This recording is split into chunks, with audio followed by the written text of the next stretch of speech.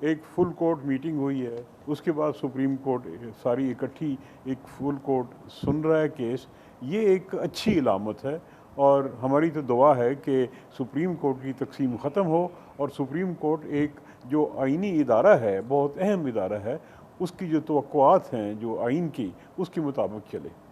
تو آج جو مقدمہ سپریم کورٹ کے سامنے آیا ہے، اس کی اہمیت یہ ہے کہ جب سے پاکستان کا سپریم کورٹ بنا ہے، ان کے جو اندرونی پروسیجرل رولز ہیں کہ سپریم کورٹ کو کیسے چلایا جاتا ہے، وہ سپریم کورٹ خود بناتا ہے، اور آج تک وہ اپنے رولز کے تحت کام کرتے رہے ہیں۔ لیکن کچھ تنقید ہوئی، کچھ سیاسی کیسز میں کہا گیا کہ جی یہ بینچ بنانے کا جو اختیار ہے، یہ اس کا استعمال ٹھیک نہیں ہو رہا، اور کیونکہ جب سیاسی مقدمات آتے ہیں تو ایک نقطہ بھی نظر ہوتا ہے، اس کے مخالف بھی ہوتا ہے۔ تو چاہیے تو یہ تھا کہ سپریم کورٹ خود رولز میں ترمیم کر کے ان خدشات کو دور کرتا، انہوں نے نہیں کیا، تو پارلیمنٹ نے قانون سازی کی، اور انہوں نے ایک قانون بنایا ہے جس کا آپ نے ذکر کیا، پریکٹس اینڈ پروسیجر ایکٹ۔ اس کی دو شقیں ہیں، ایک شق جو اہم ہے وہ یہ ہے کہ بجائے سپریم کورٹ کا چیف جسٹس بینچز بنائے، سپریم کورٹ کی چیف جسٹس اور 2 سینئر ججز وہ بینچز بنائیں گے۔ تو اب اس پہ بحث ہو رہی ہے، جسی طرح ہر قانونی معاملے پہ 2 نقطۂ نظر ہوتے ہیں۔ ایک نقطہ نظر یہ ہے کہ جی یہ آئین کے مطابق ہے، قانون اجازت دیتا ہے، آرٹیکل 191 کہ جی آپ یہ کر سکتے ہیں۔ دوسرا ایک طرف یہ کہا جا رہا ہے کہ یہ نہیں، یہ عدالت کے معاملے میں مداخلت ہے، اور عدالت کے جو انڈیپینڈنس ہے اس سے مجروح ہو رہی ہے۔ آج ایک تجویز جو لگتا ہے کہ ججز کو اٹریکٹ کیا اس نے، وہ یہ ہے کہ جی اگر رولز کا معاملہ تو ہم خود کر دیں، اور جو قانون ہے اس کی مداخلت کیوں منظور کریں۔ بہرحال اب یہ معاملات جو ہیں وہ آئین اور قانون کے مطابق ہی ہونے ہیں، قانون کے جائز مطابق ہے۔ میں وسیم سجاد صاحب آتا ہوں۔ اب عرفان قادر صاحب یہ فرمائیے گا کہ آج چونکہ لوگوں کو یہ دیکھنے کا موقع بھی ملا اور بحث سننے کا موقع بھی ملا، جو سوالات ججز کی طرف سے آئے ان کو سننے کا موقع بھی ملا، اور اس میں کئی مواقع کے اوپر چیف جسٹس صاحب نے اپنے کولیگ سے اختلاف بھی کیا، تو یہ وسیم سجاد صاحب جو بات کر رہے ہیں کہ ایک تقسیم جو ہے وہ اس کا تاثر زائل ہوا ہے، آپ کو لگتا ہے کہ جب اس طرح کا معاملہ ہو تو یہ تقسیم آج سپریم کورٹ میں بڑی واضح تھی کہ چیف جسٹس صاحب یہ کہہ رہے تھے کہ یہ ایک آئینی طریقہ کار اختیار کیا گیا ہے، پارلیمنٹ کو نہیں بے توقیر کریں گے، ٹھیک ہے، لیکن دوسری طرف جو ہے وہ جسٹس منیب اختر کا کہنا تھا ایک دفعہ سلسلہ شروع ہو گیا تو پھر اس کا کوئی اینڈ نہیں ہے۔ جی دیکھیں، یہ جو اختلاف رائے ہوتی ہے کسی انسٹیٹیوشن کے اندر، تو وہ ایک نیچرل فنومینا ہے اور وہ ہونی چاہیے، اور جو ڈفرینس آف اوپینین ہے اس سے آپ یہ نہیں کہہ سکتے کہ ان میں تقسیم ہو گئی ہے، بلکہ میں سمجھتا ہوں کہ ہم آہنگی ہارمنی جو ججز میں جو ضروری ہے، جو ججز میں ایک یونٹی ہے، وہ تبھی آتی ہے جب آپ اظہار رائے کر سکیں اور ہر طرف کی رائے دے سکیں۔ اب وہ جو پچھلے چیف جسٹس تھے وہ بیچارے تو ایسے ججز ساتھ رکھتے تھے کہ وہ وہی بات کریں جو وہ کرتے تھے، وہ وکیل بھی انہی کو سنتے تھے جو ان کی مرضی کے تھے، وہ اتنے انسیکیور تھے اور اتنے وہ ضبط میں پڑ جاتے تھے کہ جب کوئی دوسرا اوپینین آ جاتا تھا تو ایک دم وہ گھبراہٹ کا شکار ہو جاتے تھے اور وہ آوازیں بند کرنے لگ جاتے تھے کہ وہ کوئی اس طرح کی بات نہ کرے جو کہ ان کے کوئی سوچ کے خلاف ہے۔ وہ بہت انسیکیور بھی تھے، اور وہ جو کوئی رائے آ جاتی تھی ان سے مختلف، تو بجائے اس کے کہ وہ اپنے آپ کو اس رائے سے ہم کرتے یا میٹر کو ریکنسائل کرنے کی کوشش کرتے یا ایفرٹ کرتے کہ دونوں قسم کی رائے سنیں اور پھر کوئی ایسا راستہ نکالیں، کچھ ان سے کنونس ہوں، کچھ خود کنونس کریں، لیکن ان میں یہ چیز نہیں تھی۔ تو میرا خیال ہے کہ ان کی کیپیسٹی نہیں تھی کہ لیگل میٹرز کو وہ اتنے فنیس کے ساتھ کمپریہینڈ کر سکیں، وہ نہیں کر سکتے تھے، اور اسی وجہ سے وہ اپنی مرضی کے بینچز بنا رہے تھے، اور جب اپنی مرضی کے بینچز بنا رہے تھے تو ان کے اپنے بردر ججز جو ہیں وہ بھی ان پہ تنقید کر رہے تھے، اور عدالتی فیصلوں میں وہ کہہ رہے تھے کہ بینچز بنانے کا کوئی کرائٹیریا ہونا چاہیے۔ اور ایک جج صاحب نے، منصور علی شاہ صاحب نے تو کہا کہ وہ ون مین شو کر رہے ہیں، اور اس پہ یحییٰ افریدی صاحب کا بھی نوٹ آیا، قاضی فائز عیسیٰ صاحب کا بھی نوٹ آیا۔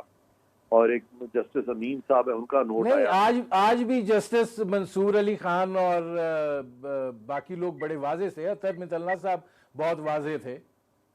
جی ہاں. تو آج کی جو اچھی چیز ہوئی وہ یہ ہوئی کہ انہوں نے سب کچھ سب پبلک کر دیا، اوپن کر دیا. انہوں نے کہا بھی سارا پاکستان دیکھے کہ یہاں بحث کیا ہوتی ہے. اور اس طرح سے سپریم کورٹ کو انہوں نے پیش کر دیا پبلک اسکروٹنی کے لیے، میڈیا کی اسکروٹنی کے لیے، پاکستانی قوم کی اسکروٹنی کے لیے، جو کہ ایک بڑی خوشائن بات ہے. کیونکہ جو ٹرانسپیرنسی ہوتی ہے کسی کورٹ سسٹم میں وہ تب بھی ہوتی ہے جب کہ اوپن کورٹ ہو. اور کورٹ کے اندر تو اتنے لوگ نہیں آ سکتے، لیکن جب یہ ٹیلی ویژن پہ معاملہ آتا ہے تو پھر تو ساری دنیا میں جو پاکستانی ہیں، خواہ وہ پاکستان میں ہو، پاکستان سے باہر ہو، دنیا کے کسی ملک میں، وہ سب اس میں پارٹیسپیٹ بھی کر سکتے ہیں، وہ پروسیڈنگز کو سن بھی سکتے ہیں، بھی دیکھ سکتے ہیں. میں عرفان قادر صاحب آتا ہوں، مجھے ایک بریک لینا پڑ رہا ہے. ناظرین، ہماری گفتگو جاری ہے، وقت ہوا ایک مختصر سے کمرشل بریک کا. ملتے ہیں اس وقفے کے بعد.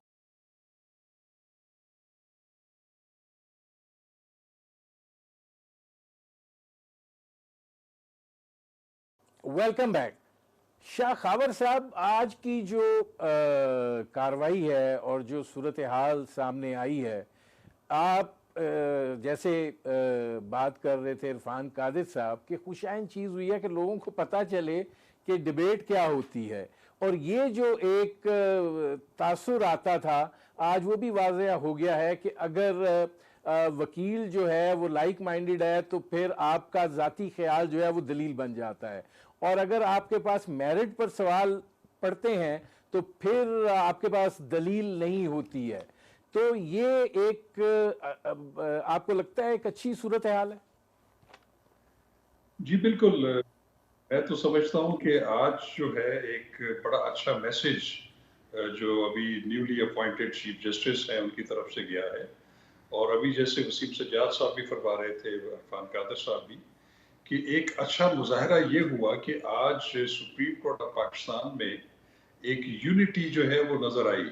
حالانکہ جسٹس فائز عیسیٰ صاحب کے ذہن میں یہ بات تھی کہ وہ جو supreme court practice and procedure act کا کیس انہوں نے لگانا تھا، تو اس میں ایک 8 رکنی بینچ جو جس میں سابق چیف جسٹس بھی شامل تھے، انہوں نے اس کی وائریز کو جو ہے وہ چیلنج جو ہوئی تھی، اس میں ابھی وہ ایکٹ بنا ہی نہیں تھا کہ اس کو انہوں نے معطل کر دیا تھا. اور اس کے باوجود بھی آج چیف جسٹس فائز عیسیٰ صاحب نے، چیف جسٹس پاکستان نے ایک فل کورٹ بینچ بنا دیا، ارریسپیکٹو کہ پہلے 8 رکنی بینچ نے اس میں کیا فیصلہ کیا تھا یا اس میں حکم امتناعی دیا تھا. اس کے باوجود بھی وہ شائع نہیں ہوئے اور انہوں نے 15 رکنی جو ہے فل کورٹ تشکیل دے دی. اور آج بھی جو سماعت ہو رہی تھی اس میں خاص بات یہی تھی کہ اس کو لائیو کوریج جو ہے وہ بھی دی جا رہی تھی. ابھی میں دیکھ رہا تھا کہ اس کی سماعت آج کی جو ہے وہ ختم ہوئی ہے. تو اس میں ایک چیز یہ بھی دیکھنے میں آئی کہ جو ججز کا آپس میں ویو پوائنٹ ڈیفرنٹ نظر آیا جب جس کا بھی ذکر ہوا. لیکن میں سمجھتا ہوں کہ یہ ایک کنسٹرکٹیو بات ہے، اس کو ہمیں نیگیٹیولی نہیں لینا چاہیے. اس کی وجہ یہ ہے کہ ہم بھی یہ کہتے تھے، میرا بھی یہ خیال تھا، عرفان قادر صاحب کا بھی ہمیشہ یہ خیال تھا، وسیم سجاد صاحب کو بھی میں نے کئی دفعہ سنا کہ اس طرح کے جتنے بھی اہم آئینی معاملات ہوتے ہیں جس کا پولیٹیکل جو امپلیکیشنز ہوتی ہیں، اس میں بہتر ہوتا ہے کہ مخصوص ججز پر مشتمل بینچ بنانے کی بجائے آپ فل کورٹ تشکیل دے دیں. ابھی یہ جب فل کورٹ تشکیل دی جائے گی اور ابھی دی جا چکی ہے، اس میں پریکٹس اینڈ پروسیجر ایکٹ کی جو وائریز چیلنج ہوئی ہے اس میں جو بھی فیصلہ آئے گا، بے شک مجھے نظر آ رہا ہے کہ وہ تقسیم شدہ فیصلہ ہوگا، منقسم فیصلہ ہوگا، لیکن اس میں ہوگا یہ کہ جو میجورٹی ڈیسیجن ہوگا وہ پریویل کرے گا اور کسی کو اس پہ انگلی اٹھانے کا موقع نہیں ملے گا کہ یہ ایک کلیکٹیو جوڈیشل وزڈم سامنے نہیں آیا. تو میں سمجھتا ہوں کہ یہ شاہ خاور صاحب میں آتا ہوں، جی شاہ خاور صاحب میں آتا ہوں. اب وسیم سجاد صاحب یہ فرمائیے گا کہ ظاہر ہے کہ یہ منقسم فیصلہ ہوگا، وہ جو ڈیبیٹ ہو رہی ہے اس سے نظر آتا ہے. اختلافی نقطہ نظر کے دلائل بھی اپنی جگہ موجود ہیں، لیکن چیف جسٹس جو ہیں وہ خود ان کو کاؤنٹر کر رہے ہیں اور وہ یہ بات کہہ رہے ہیں کہ اگر آپ مجھے یہ اختیار دینا بھی چاہیں تو مجھے نہیں چاہیے، میں نہیں لوں گا. تو آپ کو کیا لگتا ہے کہ یہ تاثر اب آ گیا ہے کہ یہ اس کا نتیجہ جو ہے وہ اس کو قبول کرنے میں ہی نکلے گا؟ پہلی چیز میں ذرا تھوڑی سی وضاحت کرنا چاہوں کہ میں نے جب تقسیم کا لفظ استعمال کیا تو میرے ذہن میں خالی اختلاف رائے نہیں تھا. اختلاف رائے عدالت میں، سپریم کورٹ میں ایک قدرتی بات بھی ہے اور ہونی بھی چاہیے. اگر ایک جج دوسرے سے اتفاق نہیں کرتا تو اس کو بے باک طریقے سے اپنے نقطۂ نظر کی وضاحت کرنی چاہیے. تو میں جب تقسیم کا لفظ استعمال کرتا ہوں تو مجھے سپریم کورٹ میں گہری جو ہیں اختلافات نظر آئے تھے جس کا اثر سپریم کورٹ کی کارکردگی بھی پڑا. تو اب آپ نے جو سوال کیا کہ جی فیصلہ کس نوعیت کا آئے گا، دیکھیں میرے لیے کہنا یا کسی کے لیے بھی کہنا کہ فیصلہ کیا آئے گا وہ ممکن نہیں ہے. لیکن فل کورٹ ہے، فل کورٹ کے سامنے 14 دماغ، پاکستان کے اعلیٰ ترین قانونی دماغ وہ اس معاملے کو دیکھ رہے ہیں. اس میں اختلاف رائے بھی ہو سکتا ہے، لیکن جو فیصلہ اکثریتی بینچ کرے گا اسی کو فیصلہ سمجھا جائے گا اور اسی کے مطابق آئندہ یہ پریکٹس اینڈ پروسیجر بل پہ پیش رفت ہوگی. تو لہٰذا اختلاف رائے اگر آئے بھی کوئی فرق نہیں پڑتا. لیکن یہ جو تھا نا پہلے کہ لگ رہا تھا کہ جیسے کوئی اختلاف اس نوعیت کے ہیں کہ وہ سپریم کورٹ کی جو ادارہ کے طور پہ ایک شناخت ہے اس کو متاثر کر رہے ہیں، میرا اشارہ اس طرف تھا. خالی اختلاف رائے ہوتا بھی ہے، کئی مقدمات میں ہوئے ہے. بھٹو صاحب کے کیس میں اختلاف رائے ہوا تھا اور وہ بڑا اہم ایک پھانسی کا کیس تھا، قتل کا کیس تھا، اس میں بھی اختلاف رائے ہوا تھا. اور انگلستان میں آج تک وہ مشہور ہے اختلاف رائے کا نوٹ، جب جنگ کے دوران ایک جج نے کہا تھا کہ when the war is going on laws are not silent. تو یہ چیزیں چلتی رہتی ہیں. سو میرے خیال میں اچھی بات یہ ہے کہ سپریم کورٹ میں نظر آیا کہ جی ججز اکٹھے بیٹھے ہیں، بیٹھ کے سوچ رہے ہیں. یقین ہے مجھے کہ وہ سپریم کورٹ کی بطور انسٹیٹیوشن اس کو بھی مد نظر رکھیں گے، آئین کو بھی سامنے رکھیں گے، قانون کو بھی سامنے رکھیں گے، اور میرے خیال میں جو حل آئے گا وہ ایک اچھا حل آئے گا. حل آئے گا. اب عرفان قادر صاحب آپ کیا سمجھتے ہیں؟ وسیم سجاد صاحب کہہ رہے ہیں کہ اچھا حل آئے گا، لیکن آج اگر ججز کی طرف سے آنے والے سوالات کو دیکھا جائے تو اس سے دکھائی دیتا ہے کہ وہ جو 7-8 کی اختلاف رائے والا پہلو ہے وہ یہاں پر بھی نمایاں نظر آ رہا ہے. بالکل وسیم سجاد صاحب صحیح فرما رہے ہیں کہ حتمی طور پہ کوئی نہیں کہہ سکتا کہ فیصلہ کیا آئے گا، لیکن وسیم سجاد صاحب کا جتنا وسیع اور عریض تجربہ ہے قانونی معاملات میں، ڈیفینیٹلی وہ یہ ساری پروپوزیشن جو قانونی پروپوزیشن ان کے سامنے ہے اور ان کا تجربے کو سامنے اگر رکھے ہیں تو وہ کثر نفسی سے بھی کام لے رہے ہیں، کیونکہ وہ جانتے ہیں کہ فیصلہ کیا آئے گا. میرا یہ خیال ہے کہ وہ جانتے ہیں، لیکن شاید وہ کثر نفسی سے کام لے رہے ہیں. تو میں اس پہ ضرور تھوڑی سی بات کر دیتا ہوں کہ فیصلہ کیا آئے گا، وہ کہ میری بھی رائے جو ہے اس پہ حتمی نہیں ہو سکتی، کیونکہ ان دی اینڈ مجھے کوئی اندر کی تو کوئی ایسی خبر نہیں ہے کہ میں کسی سے راز و نیاز میں ہوں کہ مجھے پتہ ہے فیصلہ کیا آئے گا، تو ایسی بات نہیں ہے.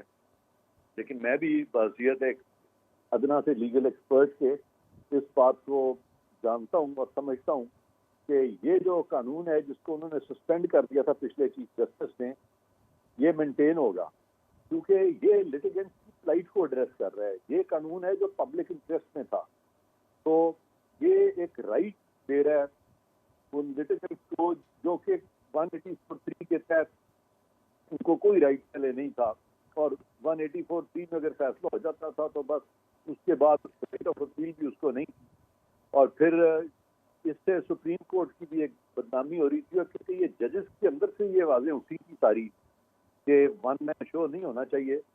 تو اس وقت آپ نے جس طرف اشارہ دیا ہے میرا بھی اسی طرف ذہن ہے کہ ایٹ لیسٹ 8-7 سے یہ فیصلہ آئے گا اور یہ لا مینٹین ہوگا. ہو سکتا ہے کہ اس میں 1-2 اور ججز بھی ایڈ ہو جائیں تو یہ 9-6 سے بھی ہو سکتا ہے اور یہ 10-5 سے بھی ہو سکتا ہے. تو میری یہ رائے ہے. ٹھیک ہے ناظرین، ہماری گفتگو جاری ہے، وقت ہوا ایک مختصر سے کمرشل بریک کا. ملتے ہیں اس وقفے کے بعد.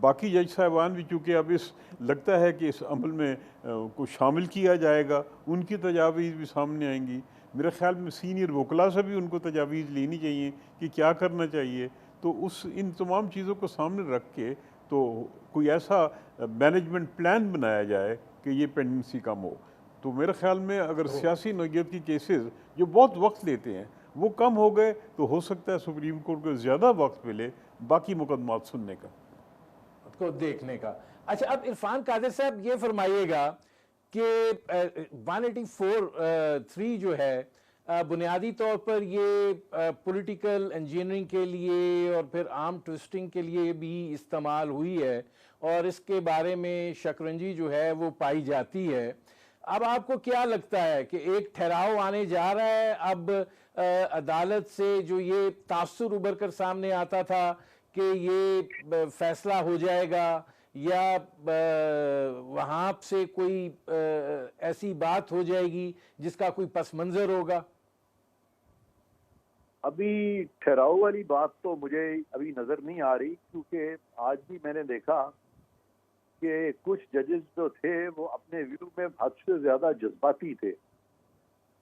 تو وہ ٹھہراؤ اس وقت آتا ہے جب آپ چیزوں کو ریشنلائز کریں.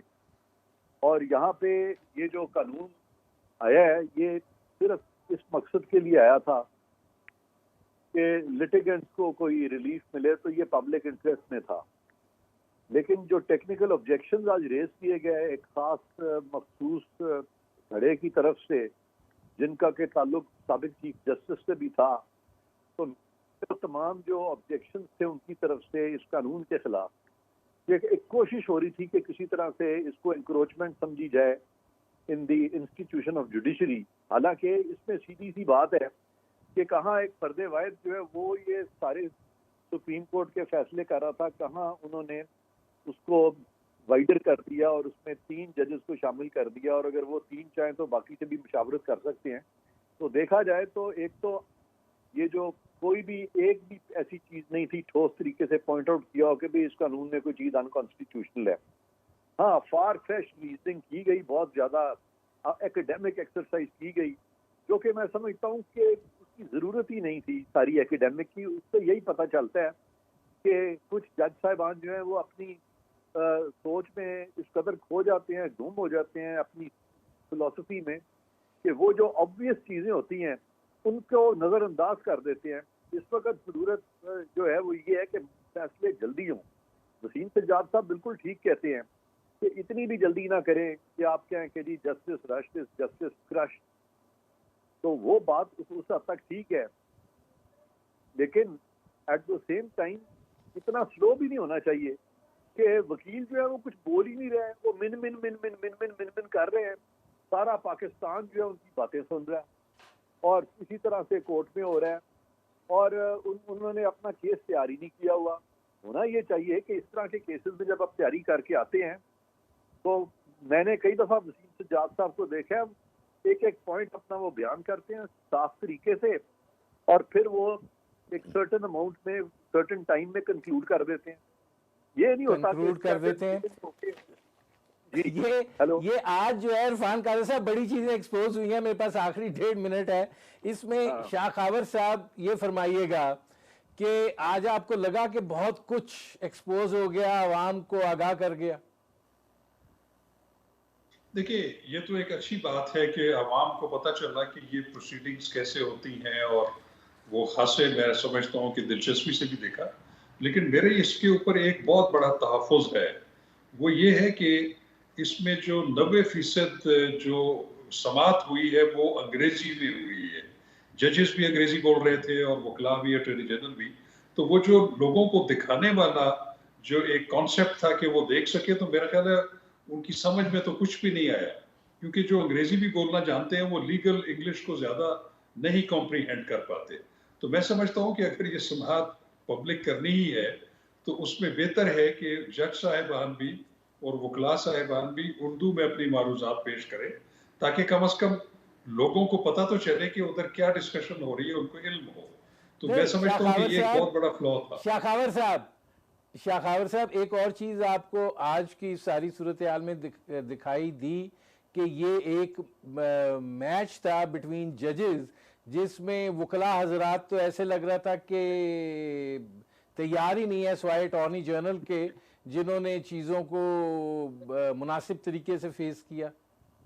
ندیم صاحب میں آپ کو ایک بات بتاؤں، میرے ساتھ کچھ نان وکلاء جو یہ دیکھ رہے تھے وہ ایک چیز سے بڑے اریٹیٹ ہو رہے تھے. وہ اریٹیٹ اس بات پہ ہو رہے تھے کہ جو بھی وکلاء یا اٹارنی جنرل ان کو بولنے کا موقع نہیں دیا جا رہا تھا. معزز جج صاحبان جو ہیں وہ باری باری ایک پہ دوسرا دوسرے پہ تیسرا سوال کرتے جا رہے تھے، اور اس میں ایک ہمارے کولیگ ہیں صدیقی صاحب، انہوں نے وہاں پہ بڑے پولائٹ انداز میں کہا بھی کہ آپ نے سوالات کا بہت زیادہ بوجھ ہم پہ ڈال دیا ہے، تو کم از کم ہمیں تھوڑا سا سانس لینے کا موقع دیں.